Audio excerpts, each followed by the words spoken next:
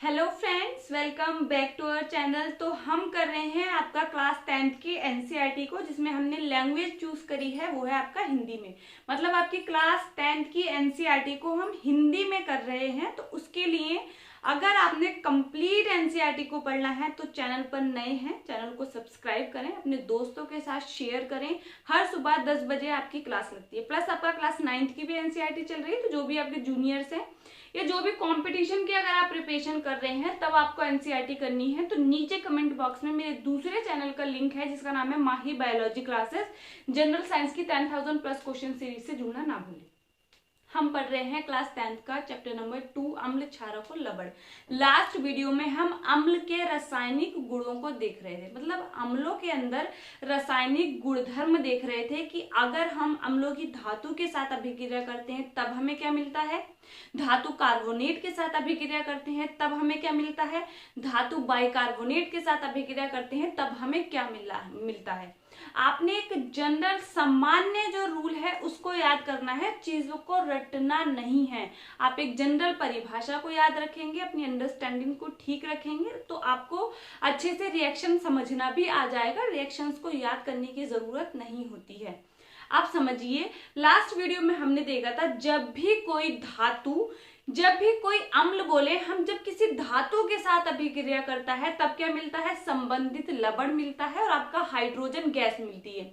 Hydrogen gas ये सामान्य है, सभी आप अम्ल देखेंगे, कोई भी अम्ल ले लें, आप एसिटिक अम्ल लें, सल्फ्यूरिक अम्ल लें, हाइड्रोक्लोरिक अम्ल लें, आप नाइट्रिक अम्ल लें, कोई भी अम्ल जब किसी धातु के साथ क्रिया करता है तब वो हाइड्रोजन गैस देता है, प्लस आपको संबंधित लवण मिलता है जिस भी धातु के साथ क्रिया करेगा उसका। दूसरी इंपॉर्टेंट ये चीज ये थी, जब हमने क्रियाओं को देखा, कुछ रासायनिक समीकरण को देखा, तो वहां पर हमने देखा कि हमने बोला हाइड्रोजन गैस निकली, लेकिन कैसे पता चला कि वो गैस निकलने वाली हाइड्रोजन ही है, कोई दूसरी गैस नहीं है। तो उसके लिए एक परीक्षण किया गया जिसमें देखा गया कि वो जो हाइड्रोजन गैस निकल रही थी, जब हम उसको पास में उसके क्या लेके गए, मोमबत्ती को लेके गए जलती हुई, तो उसमें वो कैसे जली, एक पॉप साउंड के साथ जली, जो कि किसका लक्षण है, आपका हाइड्रोजन गैस का लक्षण है। हाइड्रोजन गैस ही आपकी जलती है पॉप साउंड के साथ, ध्यान रखना है। ठीक है, अब आगे बढ़ते हैं। जब जब अम्ल आपके धातु कार्बोनेट के साथ अभिक्रिया करेंगे, अब आप सोचेंगे कि धातु कार्बोनेट क्या है। तो देखिए, आप पढ़ रहे थे, आपने पढ़ा, हम धातु की क्रिया, हम अम्लों की क्रिया धातु से करा रहे थे, लेकिन यहाँ पर समझिए, जब कोई भी आप देखेंगे, कोई भी धातु है, कोई भी हम धातु ले लेते हैं, जिंक धातु है, कोई भी धातु बोलेंगे, अगर उसके साथ कार्बोनेट ग्रुप होगा, कार्बोनेट ग्रुप क्या होगा, CO3। समझना है, एक होता है कार्बोनेट, एक होता है बाइकार्बोनेट, या बाइकार्बोनेट को आप बोलते हैं हाइड्रोजन कार्बोनेट।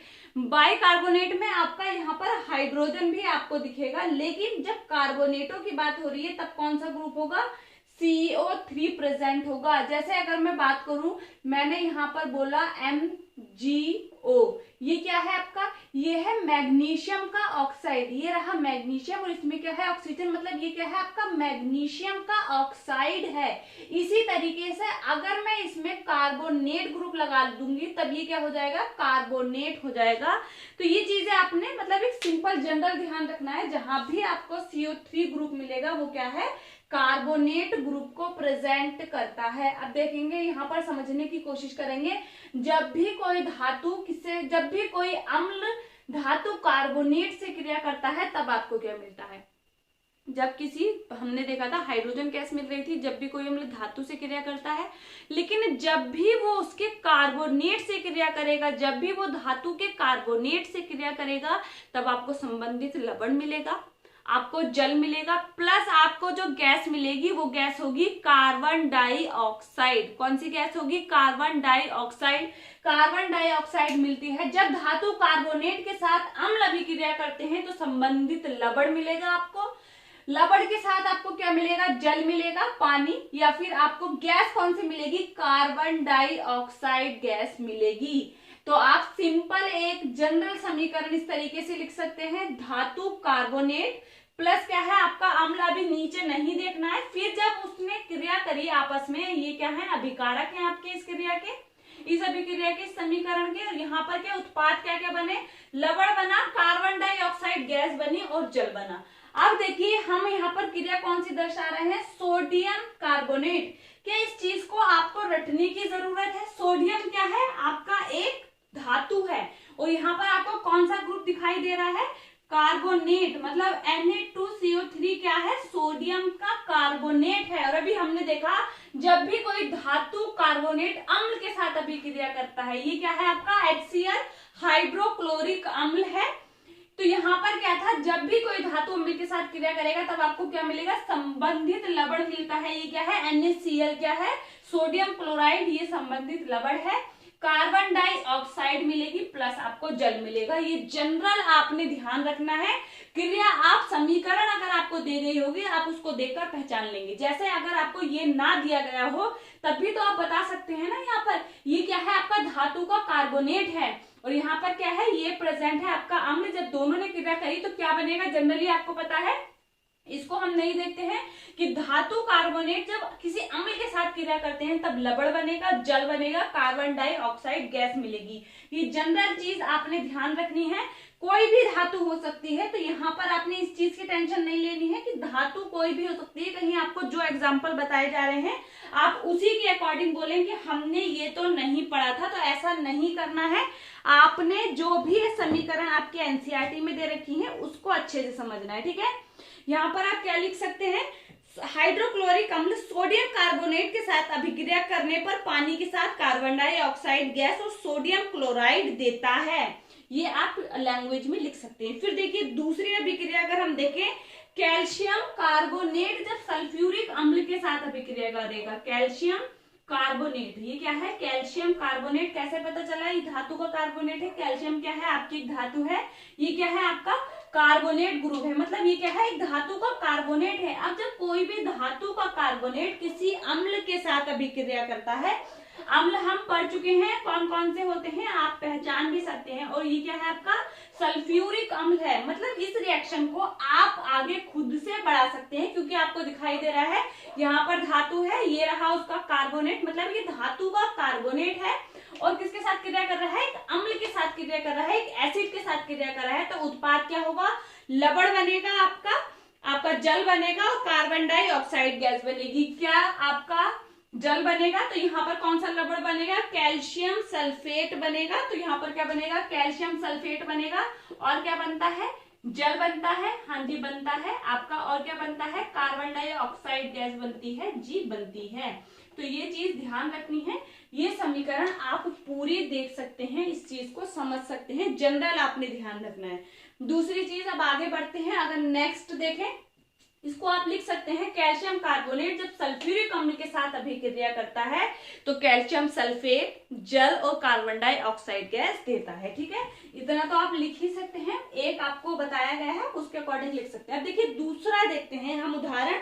जब आप यहाँ पर क्या है, सोडियम कार्बोनेट ने क्रिया करी तब आपको क्या मिला, HCl के साथ क्रिया करी तब आपको NaCl मिला, कार्बन डाइऑक्साइड मिला और H2O मिला। अब देखते हैं जब सोडियम कार्बोनेट जो आपका है एक धातु का कार्बोनेट है, जब ये क्रिया करेगा HNO3 मतलब आपका नाइट्रिक अम्ल के साथ, नाइट्रिक एसिड के साथ जब ये क्रिया करता है तब क्या बनाता है, तब बनाएगा आपका सोडियम नाइट्रेट। क्या बनेगा, सोडियम नाइट्रेट बनेगा। जल बनता है, बिल्कुल जल बनता है। और क्या बनता है, कार्बन डाइऑक्साइड गैस बनती है। क्या बनती है, कार्बन डाइऑक्साइड गैस बनती है। तो ये रहा धातु का कार्बोनेट, कौन सी धातु का है, सोडियम का कार्बोनेट है। ये रहा आपका नाइट्रिक अम्ल, मतलब ये अम्ल है, इन दोनों ने क्रिया करी तब क्या बनेगा, आपका लवण बनेगा जो कि बना sodium nitrate, H2O, carbon dioxide. आप इसको लिख सकते हैं कि जब सोडियम कार्बोनेट नाइट्रिक अम्ल के साथ अभिक्रिया करता है तब सोडियम नाइट्रेट और आपका जल और प्लस कार्बन डाइऑक्साइड गैस देता है। इतनी चीज समझ आई। अब हम आगे बढ़ेंगे। अब जब धातु कार्बोनेट क्रिया करेंगे किससे, अब बात करते हैं धातु बाइकार्बोनेट की जब क्रिया होगी। अभी तक हमने क्या देखा, धातु कार्बोनेट के साथ अम्लों की क्रिया को। अब जब धातु बाइकार्बोनेट अभिक्रिया करेंगे तब क्या होगा, तो देखिए यहाँ पर सिर्फ आपने क्या लगाना है, बाइकार्बोनेट। क्या, बाइकार्बोनेट, धातु बाइकार्बोनेट के साथ अम्लों की अभिक्रिया। अब क्या होगा, जब धातु बाइकार्बोनेट के साथ अम्लों की क्रिया होती है तब भी आपको संबंधित लवण के साथ पानी और कार्बन डाइऑक्साइड गैस मिलती है। ये भी ध्यान रखना है, धातु बाइकार्बोनेट के साथ जब अम्ल की क्रिया होती है तब भी क्या मिलता है, आपको जल मिलता है, कार्बन डाइऑक्साइड मिलती है और संबंधित लवण देते हैं। सेम वही प्रोसेस है, सिर्फ यहाँ पर आपने क्या करना है, धातु कार्बोनेट, यहाँ पर क्या बोलेंगे, धातु हाइड्रोजन कार्बोनेट या बाइकार्बोनेट आप इसको बोल सकते हैं, क्योंकि यहाँ पर क्या होता है, हाइड्रोजन उपस्थित होता है। समीकरण को आगे देखते हैं कि समीकरण क्या होंगे। जैसे कि समीकरण हम उदाहरण लेते हैं, जब सोडियम का बाइकार्बोनेट सल्फ्यूरिक अम्ल के साथ क्रिया करता है तब क्या होगा। अब देखिए कैसे पहचानेंगे कि बाइकार्बोनेट है।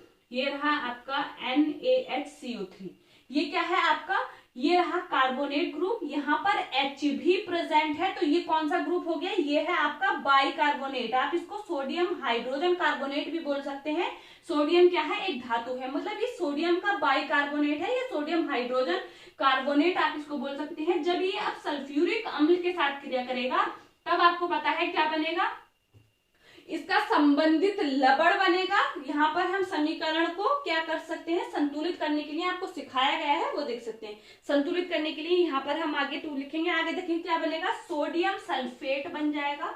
ये क्या बनेगा, सोडियम सल्फेट बनेगा, जल बनता है हमें पता है, और क्या बनता है, कार्बन डाइऑक्साइड गैस बनती है।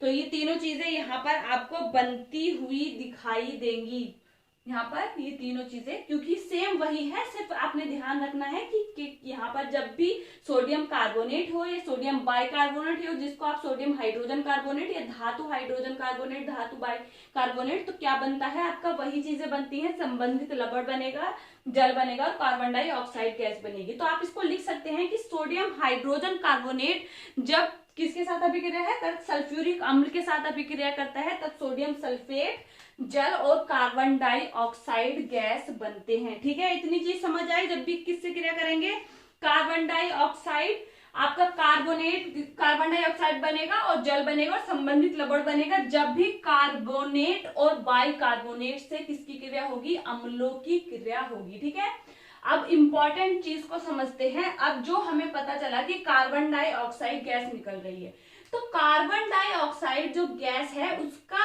क्या, जैसे हमने हाइड्रोजन को देखा था कि परीक्षण करके पता चला, तो यहाँ पर भी तो कुछ आपने टेस्ट करना पड़ेगा, परीक्षण करना पड़ेगा, तभी तो आपको पता चलेगा कि ये कार्बन डाइऑक्साइड गैस थी।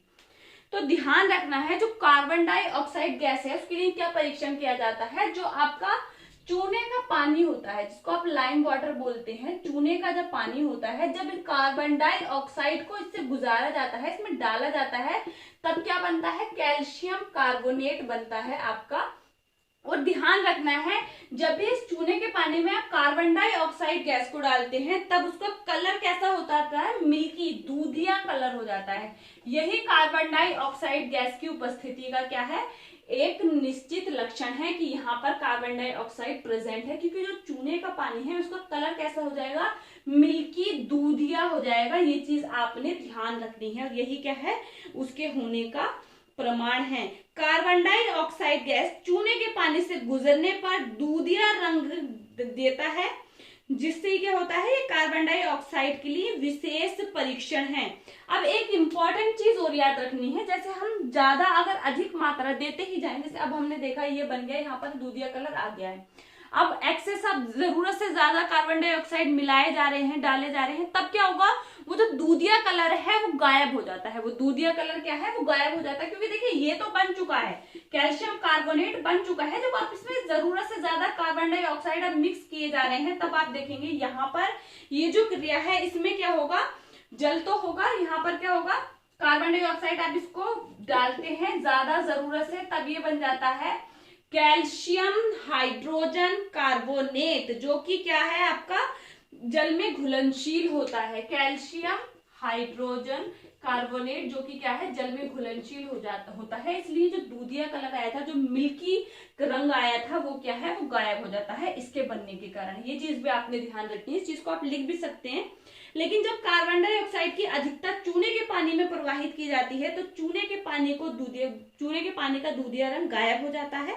ऐसा कैल्शियम हाइड्रोजन कार्बोनेट के बनने के कारण होता है, क्योंकि कैल्शियम हाइड्रोजन कार्बोनेट पानी में घुलनशील है, इसलिए घोल मिश्रण का दूधिया रंग गायब हो जाता है।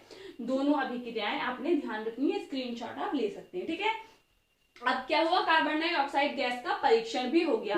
अब आगे बढ़ते हैं, हम अम्ल पढ़ रहे हैं तो कुछ अम्लों में कुछ सामान्य लक्षण होंगे। कुछ अम्लों में क्या होगा, कुछ सामान्य लक्षण होंगे जो सभी अम्लों में होंगे। अगर हम देखें अम्लों में सामान्य, तो सभी अम्लों में सामान्य क्या होगा, एक तो आपने देखा कि सभी में क्या कर रहे हैं, सब परीक्षण देते हैं सामान्य, सब क्या कर रहे थे, हाइड्रोजन गैस दे रहे थे। मतलब सभी क्या है, धातु के साथ क्रिया करने पर कौन सी गैस दे रहे थे, जब धातु और अम्ल की क्रिया हो रही थी तब आपको पता है कौन सा क्या बन रहा था, हाइड्रोजन गैस बन रही थी। मतलब कि सभी धातुओं में हाइड्रोजन उपस्थित होता है, तभी तो आपका क्या है, हाइड्रोजन गैस बन रही थी। धातु के साथ अभिक्रिया करने पर अम्ल हाइड्रोजन गैस देते हैं, इससे पता चलता है कि सभी अम्लों में हाइड्रोजन होता है। उदाहरण अगर आप देखें तो देखेंगे आप उदाहरण में क्या देख सकते हैं, HCl आपका प्रेजेंट है हाइड्रोजन, H2SO4 प्रेजेंट है आपका हाइड्रोजन।